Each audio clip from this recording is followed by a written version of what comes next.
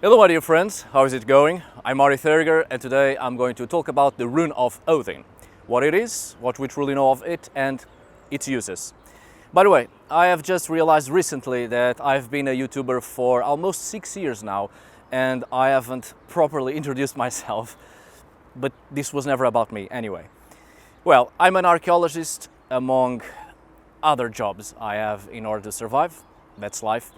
And here on YouTube I've been creating videos concerning pagan and animistic belief systems with a special focus on the Nordic Iron Age and the Middle Ages. If you like the content I create, consider subscribing, and if you haven't done it already as well, also click on the bell icon so you can get notifications every time a video of mine comes out. It helps. Now, let's move on to the good stuff. So, I was recently talking with a friend whom many of you may already know, a shaman called Connor. Let me give a shout out because this is a cool guy and very much interested in properly delivering information, if you please. He makes artwork inspired by Norse mythology, history and the runes. I'll leave the links to his stuff down below at the description of this video. Well, there were a couple of doubts concerning the symbol so-called the Rune of Odin.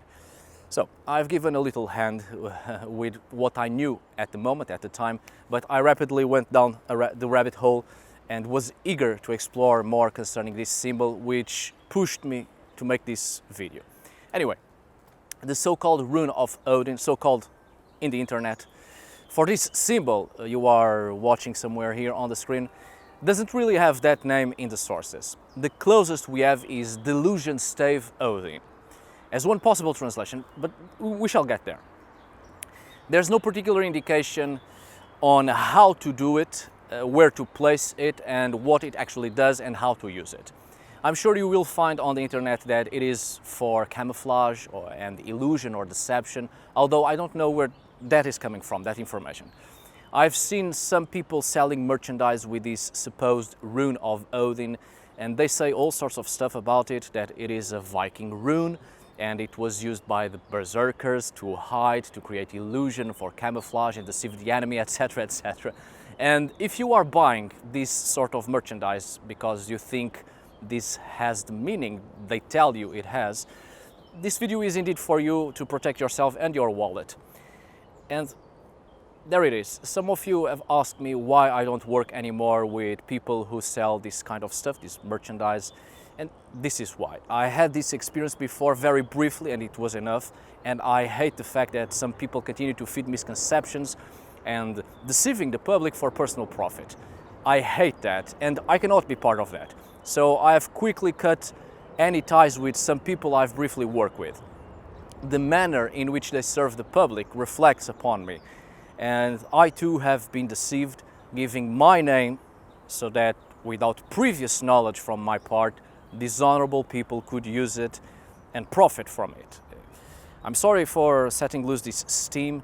You can clearly see how pissed I am with it. Anyway, I'm familiar with this symbol and I've seen it before.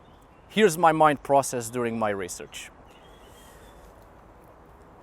Joachim Ægishjálmur, commonly known as Skuggi, Shadow, first published this symbol in the book Galdrastafir in 1940, but gives no indication for what it does. Here's what he has to say about it. He called it, in one of the English translations of his work, Delusion Stave Odin, which may be used at will, apparently. This is the first important clue, which there was no doubt before, but doubts are created because people on the internet and those selling merchandise keep calling it a rune. This is a Galdrastafir, an Icelandic magic stave. To avoid repeating myself, by the end of this video, I'll leave 4 videos I've done concerning the Icelandic magic staves. And I'll leave the links down below at the description of this video as well. Suffice it to say that it is a common misconception to speak of Icelandic magic staves as runes. They are not runes. The Galdrastafir, literally symbols of magic, are symbols of a heterogeneous nature that appear in Icelandic grimoires, black books, magic books, since the 1500s. Also, they are not Viking symbols, as they appear in Iceland half a millennium after the end of the Scandinavian Iron Age, commonly known as the Viking Age. That should be enough to eliminate the notion that such symbols have anything to do with Vikings. They don't. So the symbol in question, commonly called the Rune of Óðinn, commonly called in the internet, is not a rune. It is not from the Viking Age, neither. It is an Icelandic magic stave, which we know it is connected to the god Odin somehow. The fact that it is connected to Odin may also lead to a couple of questions and doubts, leading people to believe that it is a pagan symbol precisely because it is associated with Odin, a pagan god. It is important to remember that Icelandic magic staves start to appear in Iceland from the 1500s onwards, as I've said, early 16th century. They are of continental European origins, following the magical symbols that began to appear with the consolidation of Western and Eastern magic during the Renaissance. The morphological basis of these symbols, these staves, has its origins in Eastern Europe during the 1400s, starting from the fusion of religious and magic symbols with a Jewish or Judeo-Christian religious character. As I said in previous videos where I've shown you several sources and bibliography that indicate the origins of these symbols. It is also important to remember that the Church did not normally deny the existence of the deities of the religions over which it imposed itself, instead limiting itself to attributing a demonic nature to them, to such old deities, old pagan deities. When the Icelandic magic staves began to be created, we are dealing with an Icelandic society not only strongly influenced by the occult flows from mainland Europe, but also a Christian society for at least half a millennium by the moment the creation of magic staves begins. Therefore, the range of demons that could be summoned in Christian necromantic magic also included ancient pagan deities. This does not imply that pagan beliefs have survived. On the contrary, it attests to the actual denigration of the pagan gods and their supreme powers from the part of the Church, turning old pagan deities of previous religions and belief systems into demons and adding them to the list of the fallen angels and demons of the Christian religious beliefs. Odin was also one of the deities that continued to be summoned as a demon alongside other entities of both pagan and Judeo-Christian origins in acts and performances of necromancy within necromantic magic. So first and foremost, this is what we have here, an Icelandic magic stave, quite possibly as a symbol to summon Odin as a demon or a fallen angel in an act of necromancy. But there are no evidences for that, mind you. Just a possible outcome based on the morphology of the symbol and based on the cultural and religious background that gave origins to the Icelandic magic staves in the first place. You see, the design of this particular magic stave is quite similar to magic staves found in the Huld manuscript, 19th century. But I'm certain this one doesn't come in that manuscript because I have checked it. It's also similar to the sigils within Ars Goetia or Goetia, right? I'm talking about the Lesser Key of Solomon and the Key of Solomon, right? Which presents a list of demons and their symbols, and such symbols are, in part, also the origins of the Icelandic magic staves. So it isn't strange that this particular magic stave of Odin has similarities in its morphology with several sigils and seals found in the Key of Solomon, Clavicula Solomonis. So I personally suspect the idea was to create a magic stave to call upon Odin as a demon entity or fallen angel, and since we are probably dealing with, at the very least, a 17th to 19th century Icelandic stave, the likely scenario is to indeed bind Odin or summon to bind the spirit, as it indicates in Clavicula Solomonis and works of necromancy of this spirit. Summon Odin as a demon, as was thought in works of necromancy by this spirit. After all, Odin in the sources is indeed linked to necromancy and was thus quite popular in that field, especially in Iceland during the modern period. There are, of course, several sources of the Icelandic Middle Ages that connect Odin with acts of necromancy as well. So it isn't strange that Odin continued to be linked to acts of necromancy and necromantic magic in Iceland throughout the modern period. Necromancy was also quite popular during that period in Iceland, circa the 16th to the 19th centuries. Now, as previously said, the very first source I could find where this symbol appears is in the Galdrastafir, a work first published in the 1940s, which is, after all, a book of necromancy, so it makes sense to have this symbol in it. You will certainly find that this is quite the popular stave or symbol among modern heathens who are into the occult. And the lack of evidences on it and purposes will generate a lot of ideas, which is why I'll go no further with the suppositions. It may be related to necromancy given the source in which it appears, the connection with Odin, and the magical occultic background that gave origins to it. Other than that, it's just speculation. As Jakob Ægishjálmur said, it may be used at will, and this gave me something to think about. He did an outstanding work in compiling magic staves and making his own creation of sorts, but it is clear that he didn't know what this magic stave was used for, which also indicates that he probably has seen this one in some older manuscript, and so I continued my research. I keep on my phone the Icelandic grimoires and manuscripts. Don't ask me why, it's because of reasons. But it's a good thing that I do, as it helped me to help my friend while I was away and far from the sources at home. So I began to look for the sources which contained magic staves that demonstrate a similar morphology.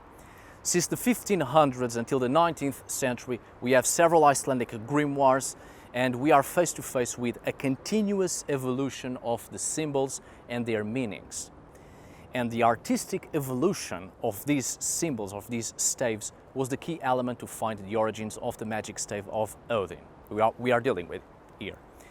So I was stuck between the sources Galdrastafir, written in the 1780, late 18th century, and the Huld manuscript composed in 1860, second half of the 19th century. The sources in between these manuscripts already present similarities in the artistic composition of this stave. So I was getting close, and finally I came about the source. I have found the Rune of Óðinn on the manuscript LBS 4375 8VO circa the 1900s to 1949, written by Sigurboði Grétarsson, a source from the 20th century from a contemporary of Skúgi, the author of Galdrastafir. In this source I finally found what I was looking for, and here we see a source possibly prior to Skúgi, but also from the 20th century. However, the author of this work states at the very beginning that this is transcribed from a manuscript dating from 1676. Unfortunately, there's no mention from which manuscript of the late 17th century this was transcribed from, and there are no evidences of this symbol anywhere else before the first half of the 20th century. If we take at face value what Sigurboði Grétarsson says, this symbol is then at least no earlier than the late 17th century of the Common Era, obviously, even though there are no evidences of it from that period. In fact, as Grétarsson states, that this was transcribed from a 1676 manuscript, but he doesn't mention which content was specifically transcribed. Although a more thorough study of Icelandic grimoires, what he transcribed were only small letters which are found in other manuscripts and not actual magical staves. While Skúgi only says that this magic stave can be used at will, Grétarsson has something else to say. Now, I found it hard to understand his handwriting. I thought my handwriting was bad, which it is, but his is just the worst.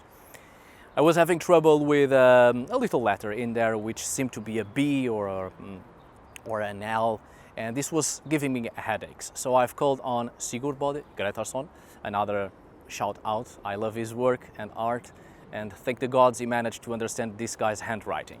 It's an F, a bloody F, which you use to write, I don't know, for fuck's sake.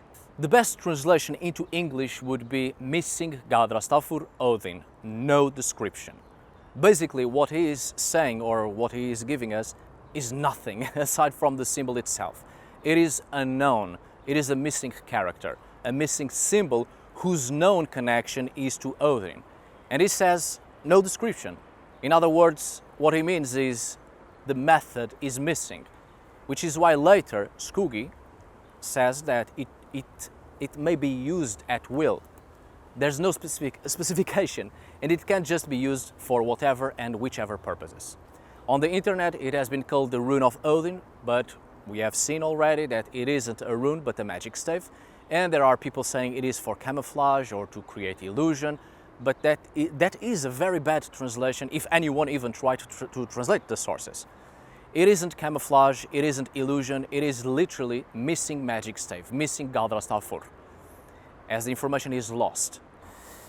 And this, my dear friends, is what we truly know of it, which certainly is open to many interpretations and suppositions, but don't let people deceive you with a bunch of concocted magical and occultic meanings and usually trying to link this to the Vikings because it's something highly overrated, because it sells, because it is popular. Protect yourself with knowledge from those who would deceive you for personal profit by taking advantage of people's ignorance. So that's it, my dear friends. I hope you have enjoyed this video. I do hope it was useful, and sorry for my rant back then, but I had to get some things out of my chest. And sorry for the length of this video, but I really wanted to share with you the research and mind process and giving the sources. I'm still not at home. I'm not anymore in the Netherlands, and I am moving south now, at least by the time this was recorded. I don't know where I am when this video actually comes out. Hopefully still alive. So that's it. Thank you so much for your time. Thank you for watching. Thank you for your patience and support. See you on the next video, and as always, tack för idag. Thanks for today. Obrigado por hoje. Farewell, my dear friends.